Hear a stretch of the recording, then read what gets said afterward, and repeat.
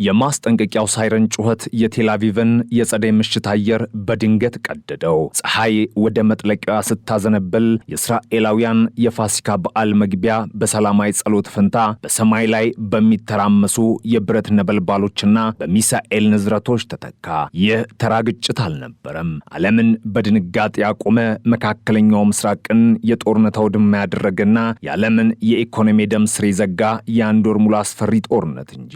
የዩናይትድ ስቴትስና የእስራኤል የጋራ ጦር ከኢራንና ከቀጠናው አጋሮቿ ጋር የገቡበት ይህ የሞት ሽረት ትንቅንቅ በየደቂቃው የሰውን ሕይወት እየቀጠፈ የጦር ግንባሮችን እያሰፋና የዓለምን ያህል ገበያ እያናወጠ ወደማይታወቅና እጅግ አደገኛ ወደሆነ ምዕራፍ ተሸጋግሯል። ከዋሽንግተን ዲሲ ከዋይት ሃውስ ግዙፍ ግድግዳዎች ጀርባ የዩናይትድ ስቴትስ ፕሬዝዳንት ዶናልድ ትራምፕ የዓለምን ትኩረት የሳበ አስፈሪ ማስጠንቀቂያ አስተጋቡ። ፊታቸው ላይ የጦርነት አዛዥነት፣ ቁርጠኝነት ይነበባል። ቃላቶቻቸው ግን የበርካቶችን ልብ የሚያሸብሩ ነበሩ። ከቴህራን ጋር ምንም አይነት ስምምነት ላይ መድረስ ካልተቻለ የኢራን ኃይል ማመንጫዎችና የሲቪል መሰረተ ልማቶች ላይ እጅግ ከባድና አውዳሚ ጥቃት እንደሚፈጸም ዛቱ።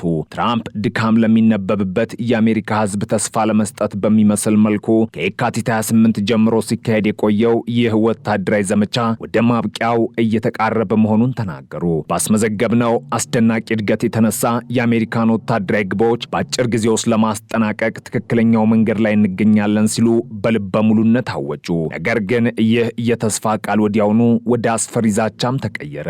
የጦርነቱ ዋና ስትራቴጂካዊ ግቦች እየተጠናቀቁ መሆናቸውን ቢገልጹም በመጪዎቹ 2 እና 3 ሳምንታት ውስጥ ኢራንን ወደሚገባት የድንጋይ ዘመን እንደሚመልሷት አስጠንቅቀዋል። ይህ ቃል በዲፕሎማቶች ጆሮ እንደ ነጎድጓድ ያስተጋባ፣ በወታደራዊ ባለስልጣናት ዘንድ ደግሞ የከፋ ጥፋት መቃረቡን እያበሰረ ነበር። ይሁን እንጂ የትራምፕ ዛቻ አየር ላይ እያስተጋባ ባለበት በዚያው ቅጽበት የኢራን ምላሽ በቃላት ሳይሆን በተግባር በሰማይ ላይ በሚሽከረከሩ ሚሳኤሎች ተገለጸ። ፕሬዝዳንቱ ንግግራቸውን ባጠናቀቁ በ6 ሰዓታት ውስጥ ብቻ እስራኤል 4 ጊዜ በኢራን ሚሳኤሎች መደብደቧን የእስራኤል ጦር አስታወቀ። ቴህራን የዋሽንግተንን የተኩስ አቁም ጥያቄዎች ከመጠን ያለፉና ከምክንያታዊነት የራቁ ስትል ሙሉ በሙሉ ውድቅ አድርገዋለች። ምንም እንኳን በፓኪስታን በኩል አደራዳሪዎች መልእክቶችን እያመላለሱ መሆናቸው ቢነገርም የኢራን የውጭ ጉዳይ ሚኒስቴር ቃል አቀባይ እስማኤል ባቃይ ከዩናይትድ ስቴትስ ጋር ምንም አይነት ቀጥተኛ ድርድር እንደሌለ አጽንኦት ሰጥተው ተናግረዋል። የዚህ ጦርነት መነሻ የሆነው የአሜሪካና የእስራኤል ጥምር ጥቃት በኢራን ታሪክ ውስጥ ትልቅ ክፍተት ጥሎ አልፏል። የእስላማዊቷ ሪፐብሊክ የበላይ መሪ አያቶላህ አሊ ሐሚኒን ጨምሮ ከፍተኛ የጦርና የመንግስት ባለስልጣናት በዚሁ ጥቃት ሕይወታቸውን አጥተዋል። አሁን አባታቸውን ተክተው ወደ ስልጣን የመጡት የሐሚኒ ልጅ ሀገሪቱን በከፍተኛ ውጥረት ውስጥ እየመሯት ይገኛሉ። ትራምፕ ይህን አዲስ አመራር ከቀድሞ ያነሰ አክራሪና ይበልጥ ምክንያታዊ በማለት ቢገልጹትም በምድር ላይ ያለው እውነታ ግን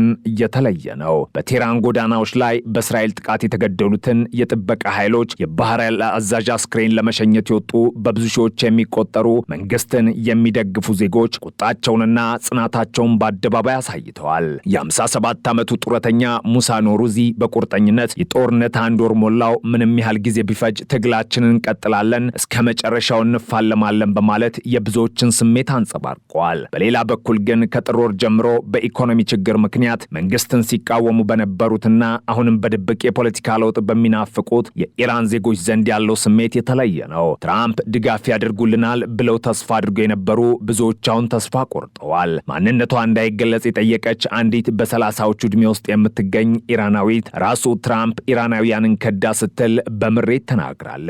የመንግስት ለውጥ ይመጣል የሚለው ተስፋዋ ቢሟጠጥም ነጻነት ቢሰጡን በዚያ መኖር እንችል ነበር ስትል በጦርነት ከተዳከመች ሀገር ውስጥ የምትሰማ የሰላምና የነጻነት ጩኸት አሰምታለች። የጦርነቱ ማዕበል ግን በኢራንና በእስራኤል ድንበር ብቻ አልተገታም። ወደ ደቡባዊ ሊባኖስ ስንጓዝ የጥፋቱ መጠን ይበልጥ አሰቃቂ ይሆናል። ከማርች 2 ጀምሮ በእስራኤልና በኢራን በሚደገፈው ሄዝቦላህ መካከል በፈነዳው ጦርነት እስካሁን ከ1300 በላይ የሊባኖስ ዜጎች ሕይወታቸውን አጥተዋል። ሰማዩ በጭስ ተሸፍኗል። ከተሞች ፈራርሰዋል። እስራኤል በቤሩት በፈጸመችው ከባድ የአየር ጥቃት የሄዝቦላህን ከፍተኛ አዛዥና ሌሎች 7 ሰዎችን ከገደለች በኋላ ሄዝቦላህ በበቀል ስሜት በሰሜናዊው እስራኤል ላይ የድሮንና የሮኬት ዝናብ አዝንበዋል። ድንበር ዘለሉ የሞት ልውውጥ አካባቢውን ወደ ምድር ሲኦልነት ቀይሮታል። ይህ በእንዲህ እንዳለም በዓለም አቀፉ የንግድና የነዳጅ መስመር ላይ የተደቀነው አደጋ የዓለምን መሪዎች እንቅልፍ ነስቷል። የዓለም የነዳጅ አቅርቦት 1/5 የሚያልፍበት ስትራቴጂካዊ ሆርሙዝ ባህረ ሰላጤ በኢራን ተዘግቷል። የኢራን አብዮታዊ ዘብ ባህረ ሰላጤውን ለአገሪቱ ጠላቶች ዝግ አድርጎ እንደሚያቆመውም ምሏል። የዚህ እርምጃ ውጤት በዓለም ገበያ ላይ ወዲያውኑም ታይቷል። የነዳጅ ዋጋ በከፍተኛ ፍጥነት አሻቀበ። የብሬንት ድፍድፍ ነዳጅ ከ400 በላይ ጨምሮ በርሜሉ $105 በላይ ሲገባ የዌስት ቴክሳስ ኢንተርሚዲየት ደግሞ የ3 በመቶ ጭማሪ አሳይቶ $103 ደርሷል። የኢራኑ ፕሬዝዳንት መሱድ ፔሴሽኪያን ትራምፕ ንግግር ከማድረጋቸው ሰዓታት በፊት የጦርነት በእርግጥ የአሜሪካን ሕዝብ ጥቅም የሚያስጠብቅ ነው ወይ ሲሉ ጠይቀዋል። ዋሽንግተንን በጦር ወንጀልና በእስራኤል ተጽዕኖ ስር ወድቃለች ሲሉ ከሰዋቸዋል። ትራምፕ በበኩላቸው ሀገራቱ የሆርሙዝን ባህረ ሰላጤ መልሰው ለመክፈት ድፍረት እንዲያሳዩ ቢጠይቁም ብሪታንያ 35 ሀገራትን በማስተባበር ይህንን ቁልፍ የውሃ መስመር ለማስከፈት የሚያስችሉ ዲፕሎማሲያዊና ፖለቲካዊ እርምጃዎችን ለመገምገም ስብሰባ ጠርታለች። የብሪታንያው ጠቅላይ ሚኒስተር ኬር ስታርመር የአሰሳ ነጻነትን ወደ ነበረበት ለመመለስ እንደሚሰሩም ቃል ገብተዋል። የጦርነቱ መዘዝ በመካከለኛው ምስራቅ ብቻ ሳይሆን በዋሽንግተን የፖለቲካ ኮሪደሮች ውስጥም ከፍተኛ መናወጥን ፈጥረዋል። የቀድሞ የአሜሪካ ብሔራዊ ደህንነት ባለስልጣን ጆ ኬንት ፕሬዚዳንት ትራምፕ በኢራን ላይ የከፈቱትን ጦርነት በአስቸኳይ እንዲያቆሙ በአደባባይ ጠይቀዋል። ኬንት በትዊተር ወይም ኤክስ ገጻቸው ላይ ባሰፈሩት ጽሑፍ ዩናይትድ ስቴትስ የረዥም ጊዜ ጦርነት አረንቋ ውስጥ ከመግባት መቆጠብ እንዳለባት አስጠንቅቀው የአሜሪካውያን ሕይወት አደጋ ላይ መውደቅ ያለበት ሀገሪቱን በቀጥታ ለመከላከል ሲባል ብቻ መሆን አለበት ብለዋል። ኬንት ዋሽንግተንና እስራኤል ፍጹም የተለያዩ ስትራቴጂካዊ ግቦች እንዳሏቸው በማጋለጥ መጨረሻው ለማይታወቅ ጦርነት ቃል መግባት አደገኛ መሆኑንም አብራርተዋል። በዚህም ኬንት በጦርነቱ ምክንያት ስልጣናቸውን የለቀቁ የመጀመሪያው ከፍተኛ የአሜሪካ ባለስልጣን በመሆን ታሪክ መዝግቧቸዋል። ውጥረቱ ከባህረ ሰላጤው እስከ ሌቫንት ከዋሽንግተን እስከ ቴህራን ብቻም የተገደበ አይደለም። የጦርነቱ የሞት ጥላ በኢራቅ አየር ላይም አጥልቷል። በባግዳድ የሚገኘው የዩናይትድ ስቴትስ ኤምባሲ ለዜጎቹ እጅግ አሳሳቢና አስቸኳይ ማስጠንቀቂያ አስተላልፏል። ከኢራን ጋር ግንኙነት ያላቸው ታጣቂ ቡድኖች በሚቀጥሉት 24ና 48 ሰዓታት ውስጥ በማዕከላዊ ባግዳድ ጥቃት ሊፈጽሙ እንደሚችሉ በማሳወቅ አሜሪካውያን በአፋጣኝ ከኢራቅ እንዲወጡ አሳስበዋል። ኤምባሲው ባወጣው የደህንነት ማስጠንቀቂያ ቀጠናዊ ውጥረቱ እየተባባሰ በመምጣቱ የደህንነት ስጋት እጅግ ከፍተኛ ደረጃ ላይ መድረሱን አስታውቋል። ሚሊሻዎች ከዚህ ቀደም ከአሜሪካ ጋር ግንኙነት ባላቸው ተቋማትና በባግዳድ የዲፕሎማቲክ ዞኖች ላይ ያደረጓቸው ጥቃቶች ተጠናክረው መቀጠላቸው የቀጠናውን ፍንዳታ ይበልጥ አቅልጦታል። በዚህ ሁሉ መስቀልቅል ውስጥ ትራምፕ ለቀጠናው አጋሮቻቸው ማረጋገጫ ለመስጠትም ሞክረዋል። እስራኤልን፣ ሳውዲ አረቢያን፣ ኳታርን፣ የተባበሩት አረብ ኤሚሬቶችን፣ ኩዌትና ባህሬንን ሁሉንም በኢራን የድሮንና የሚሳኤል ጥቃቶች ስጋት ውስጥ የወደቁትን ዋሽንግተን ከማንኛውም ጥቃት እንደምትጠብቃቸው ቃል ገብተዋል። ዩናይትድ ስቴትስ በምንም መንገድ እንዲጎዱ ወይም እንዲወድቁ አትፈቅድም ሲሉም አረጋግጠዋል። ሆኖም ይህ የጥበቃ ቃል በተግባር ሲፈተን ታይቷል። የተባበሩት አረብ ኤሚሬቶች የአየር መከላከያ ስርዓት አሁንም በሚሳኤልና በድሮን ጥቃቶች ላይ ምላሽ እየሰጠ መሆኑን አስታውቃለች። የኢራን አብዮታዊ ዘብ በበኩሉ በኳታር የባህር ዳርቻ አቅራቢያ የእስራኤልን ያለውን የነዳጅ ጫኝ መርከብ መምታቱን አረጋግጧል። የብሪታንያ የባህር ላይ ደህንነት ኤጀንሲ መርከቡ ጉዳት ቢደርስበትም የሰው ሕይወት አለማለፉን ዘግቧል። ይህ የአንድ ወር ሙሉ ጦርነት መካከለኛው ምስራቅን ብቻ ሳይሆን መላውን ዓለም በስጋት ውስጥ ዘፍቆታል። ሚሳኤሎች አሁንም ሰማዩን እየሰነጠቁ ነው። የሆርሙዝ ባህረ ሰላጤ በጦር መርከቦች ታግቷል። የነዳጁ ዋጋ ሰማይ ነክቷል። የዓለም መሪዎች በስብሰባና በዛቻ መካከል ይዋልላሉ። ንጹሐን ዜጎች በየስርቻው የቦምብ ድምፅን እየተሸሸጉ ነው። ጦርነቱ መቼና እንዴት እንደሚያበቃ ማንም አያውቅም። አንድ ነገር ግን እርግጥ ነው። ዩናይትድ ስቴትስ፣ እስራኤልና ኢራን የገቡበት ይህ የሞት ሽረት ትግል የዓለምን ታሪክ ወደ አዲስና እጅግ አስፈሪ መተንበይ ወደማይቻል ጨለማ ምዕራፍ እየመራው ይገኛል። በቴል አቪቭ ሰማይ ላይ የሚጮኸው ሳይረን፣ በባግዳድ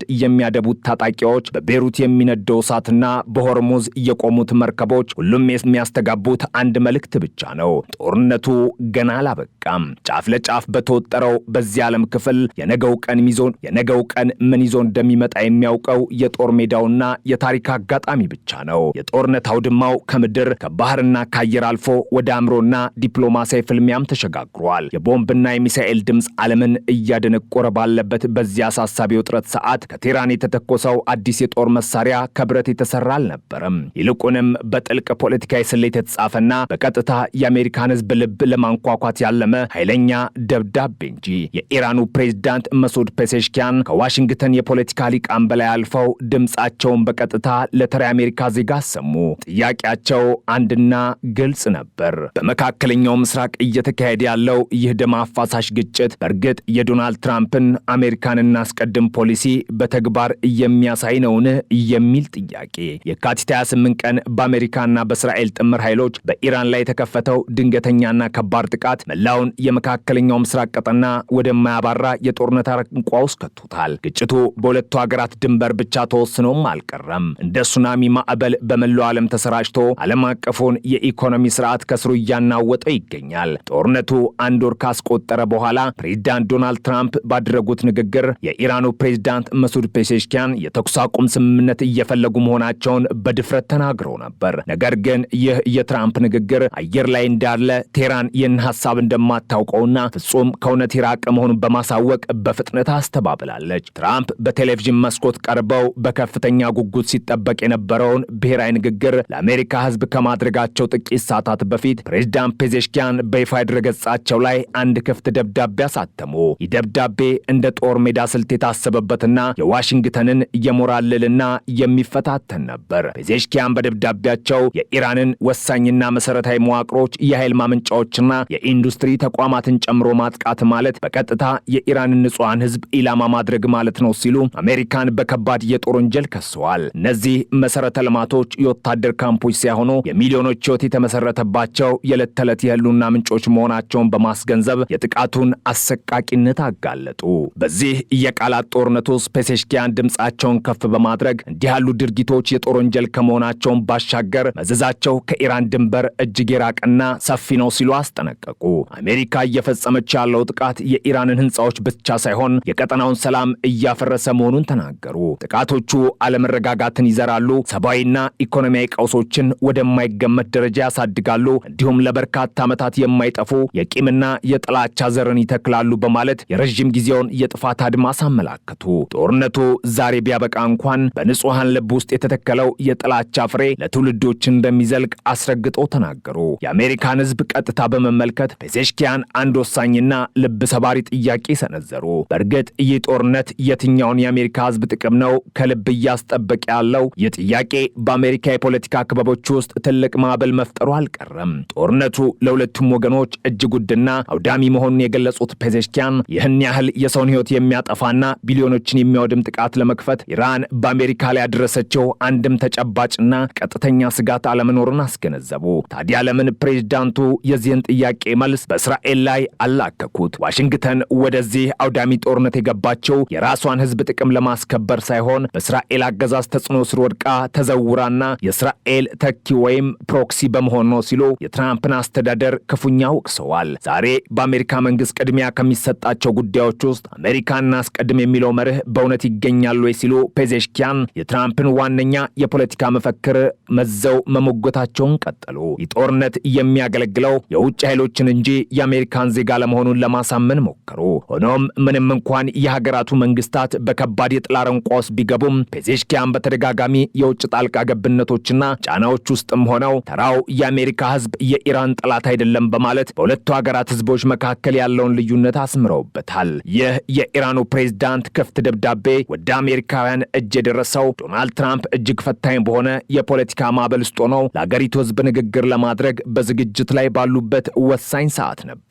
ጦርነቱ እየተራዘመ በሄደ ቁጥር የትራምፕ የህዝብ ድጋፍ በፍጥነት እያሽቆለቆለ መጥቷል። የአሜሪካ ኢኮኖሚ በነዳጅ ዋጋ ንረት ምክንያት በከፍተኛ ፍርሃትና መንቀጥቀጥ ውስጥ ወድቋል። ከዚህም በላይ የዲፕሎማሲው መስመር ሙሉ በሙሉ ተቋርጦ ዓለም አቀፉ ማህበረሰብ ዩናይትድ ስቴትስን በጥርጣሬ አይን ማየት ጀምረዋል። ትራምፕ በዚህ ሁሉ መስቀልቅል ውስጥ ሆነው የድካም ስሜት ለሚታይበትና ጦርነት ላንገሸገሸው የአሜሪካ ህዝብ ተስፋ ለመስጠት ቴሌቪዥን ላይ ቀረቡ። ይሁን እንጂ ፕሬዝዳንት ትራምፕ ባደረጉት ንግግር የሰጡት ቅድመ ሁኔታ ቀውሱን ከማርገብ ይልቅ ይበልጥ የሚያባብስም ነበር።